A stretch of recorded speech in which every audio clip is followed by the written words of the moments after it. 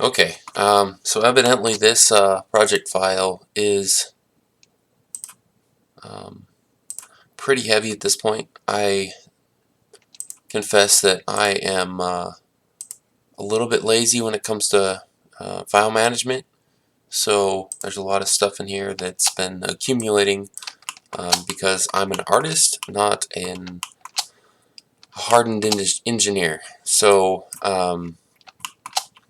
let's see, if we click on, let's just click them all. You can go up here, see that better. You go up here to viewport overlays, get rid of extras, relationship lines, origins. I don't know if motion paths are relevant here, but so you get rid of everything that you don't want selected. Then you can go into edit mode with those.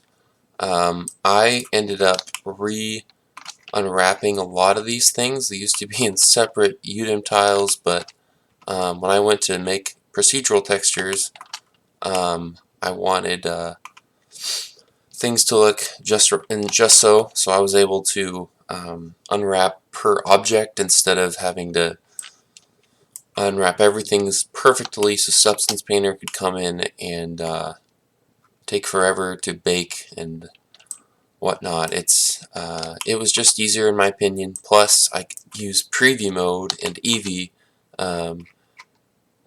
after I made the switch to Blender procedural materials. So, and I have since learned how to convert those procedurals into texture maps, but it would require that the UVs are all set out and functional. So I don't recommend leaving them like this in a production environment, but I'm not there yet. So, so right here, we can go to / and you can see that you can isolate specific objects. I guess it isolates this, everything's open in edit mode. I didn't know that. So you can press Alt H though, and you can unhide everything that's been hidden while in isolation mode, and then go back out of isolation mode, which is / and then get everything back that you had isolated out. So there's a cool trip that I picked up and I was using so much because I can press L to link, select linked objects there, and it links only the stuff you have in between the um, the seams. So that's helpful too, that I picked up. And then you can, okay, so it isolates everything that you have selected in edit mode, and I confess it's a little bit hard to get everything selected when I go out of edit mode for the whole unit together, because there's several objects, but you can isolate different objects, just trust me, when you just have one selected. So that was really helpful when editing things and looking at materials up close and stuff. But so let me show you what I have for materials on this, and it's nice to go between materials and then full rendered because I did have some volume in this scene, and it was nice to be able to see things approximated before actually looking what the volume looks like as well. I did end up using cycles render for the flames, but the rest of it for the animation cinematic sequence, I just used Eevee because it was taking about a week and a half to render out the 160 frames. And I think I had them down to like 5 samples per frame, and it was, yeah, and I was rendering them at 5 seconds per, and it was just ridiculous. And I also, wanted to do a full breakdown on the scenes here, so I had several render passes selected. I've since broken these into several different scenes, so I can play with the different outputs I want to get as far as the sequences that I want to render versus turntable, the full animation, just getting the flames themselves. I've since changed these, but I used a lot of holdouts. Right now this is just set to lights, but I've since you can set these to holdout, and then what it does is it holds out everything collected inside that collection. There's a sub collection that you have to separately hold out, but you can use that to then bring in the non-held out items in there.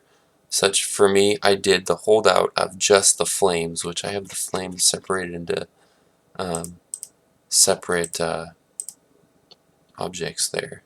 So if I unselect them all, they're separate. So I used those in just a scene by itself, and then held out everything else in there, and then overlaid that in as a composited group in Natron to get my cycles render of those volumatic flames in um,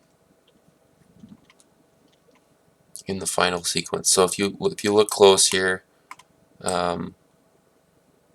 I did just model the flames, but I used a volumatic material to get what looks like plausible flames, and then I added a particle sequence, and then if let's see, how did I create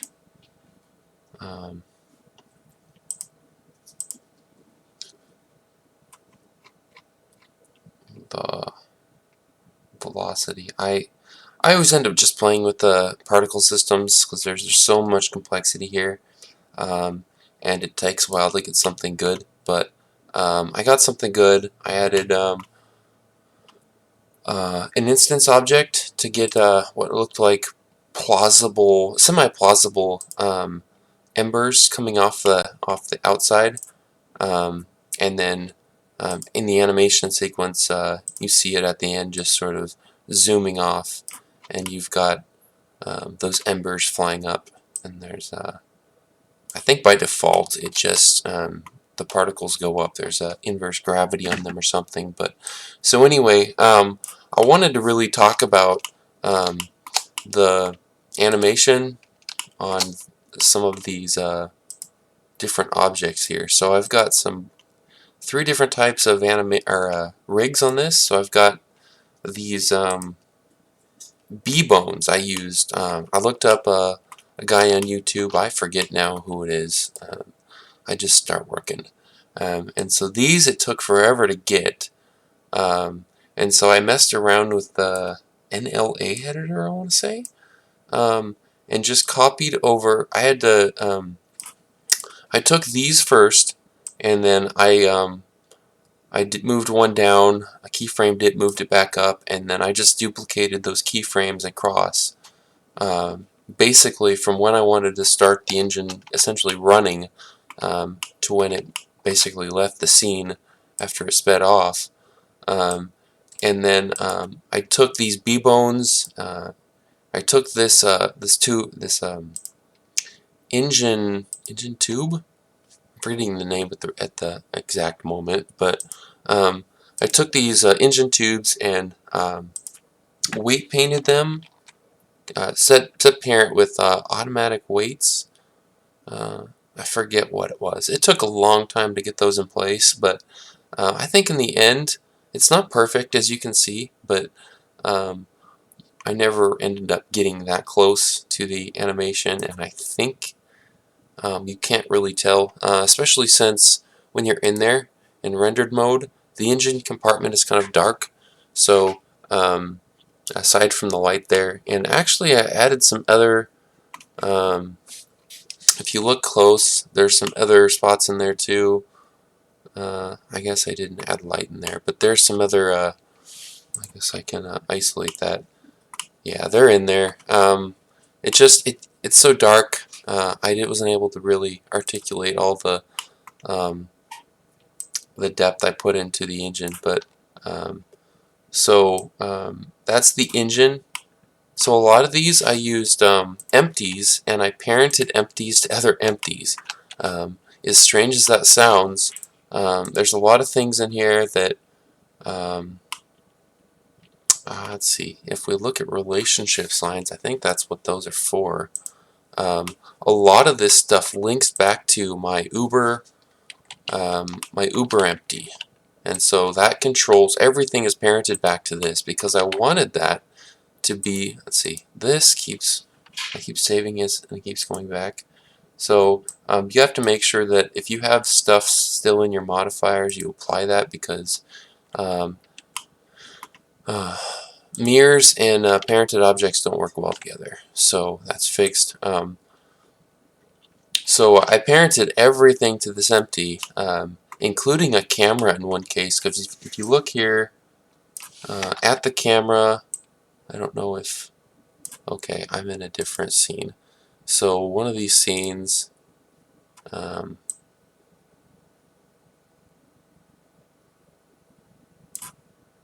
actually, I come in and essentially stand on the sideboard. I don't know if I kept it.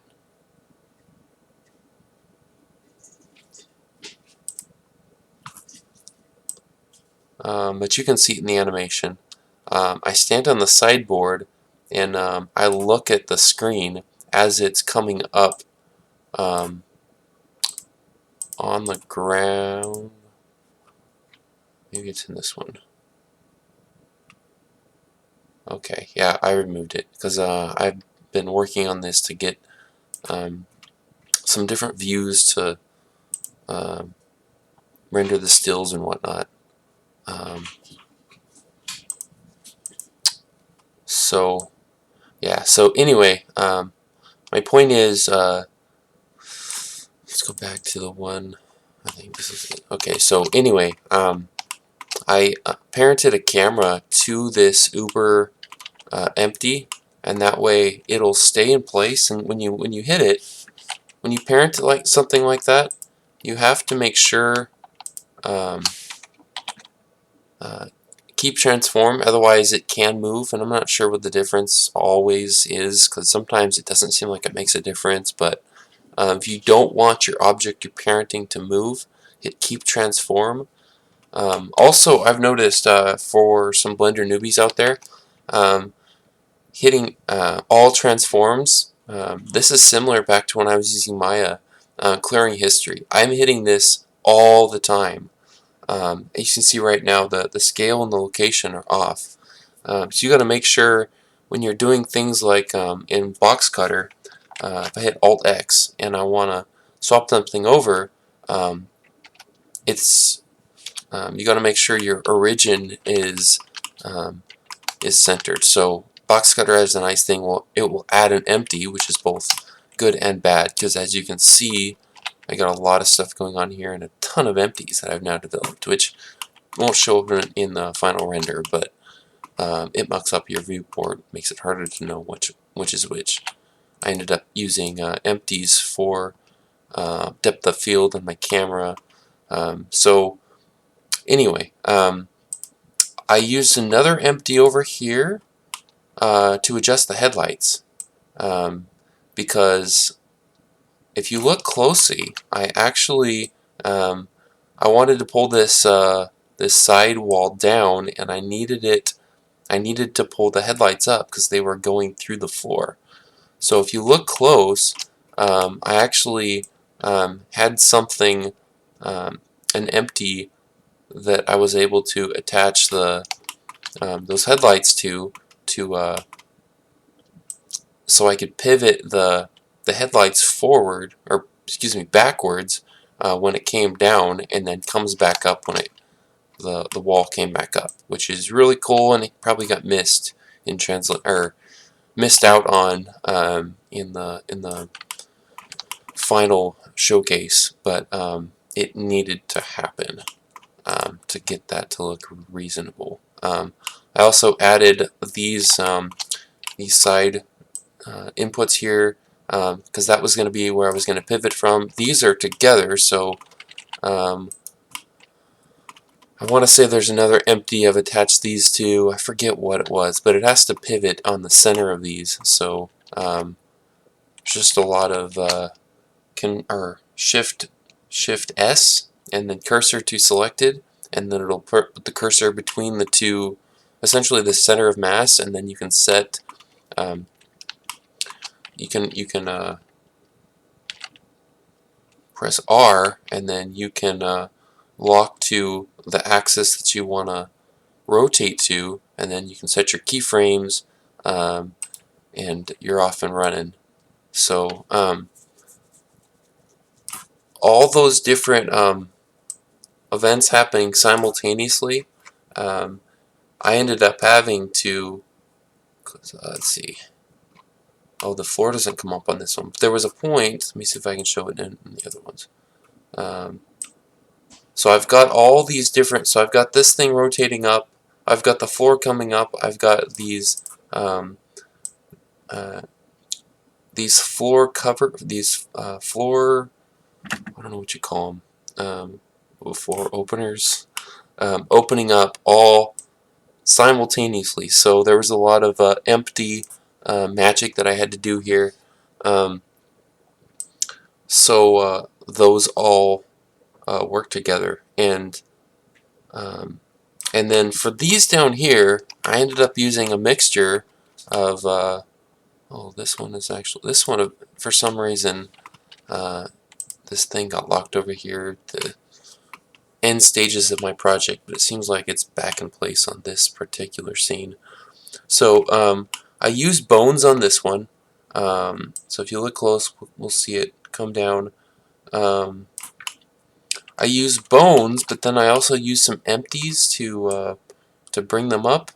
And it was really difficult to figure out how to create those, but I got it. So I use bones and empties. As you can see here, I'm not sure if these control. Yeah, so there's some empties there that are controlling that, and then I attach the empties to something. You just have to play around with parenting empties because I love that. And then so this guy, this was my first character animation, and I apologize for any character animators out there who are looking at that going, this is terrible, because I agree he is. When I weight painted him, it was an automatic weight painting, and I just, that wasn't really the focus, and I didn't expect to push the base character as far as I actually did when I published him on the portfolio. But anyway, so this is I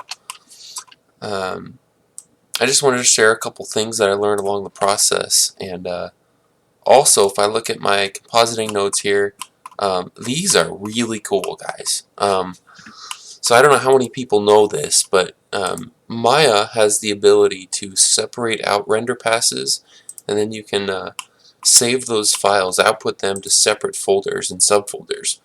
So you can name these. You can set separate EXR files, which are they're uncompressed, basically full quality files, and they're pretty much, they are the most large file size files you can get, but they're what I guess are used in the production VFX industry, whatnot.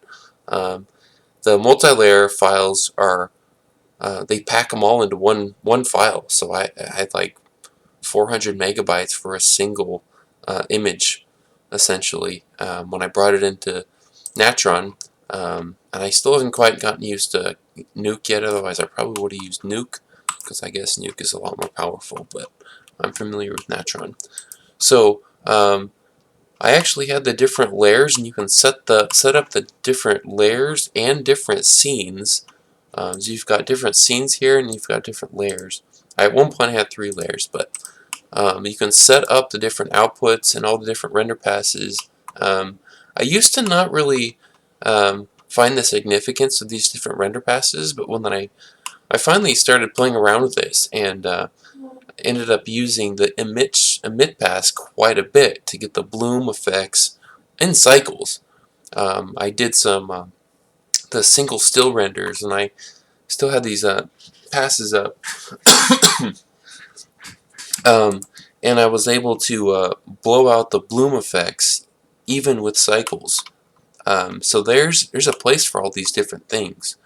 And in Eevee, I was able to push a glow and more extensive bloom in certain cases, and the AO pass allows you to push the that nice shadow effect coloring on your object after render, so you're not having to re-render things to get a different look. It allows you more versatility when it comes to creating your final. You can Photoshop your final render, and essentially, not to mention add glow, add motion, all kinds of motion blur. It's crazy when you look at the filters and time effects in Natron Compositor, or Nuke. But so anyway, all that to say, guys, I just wanted to share some of the steps that I took here.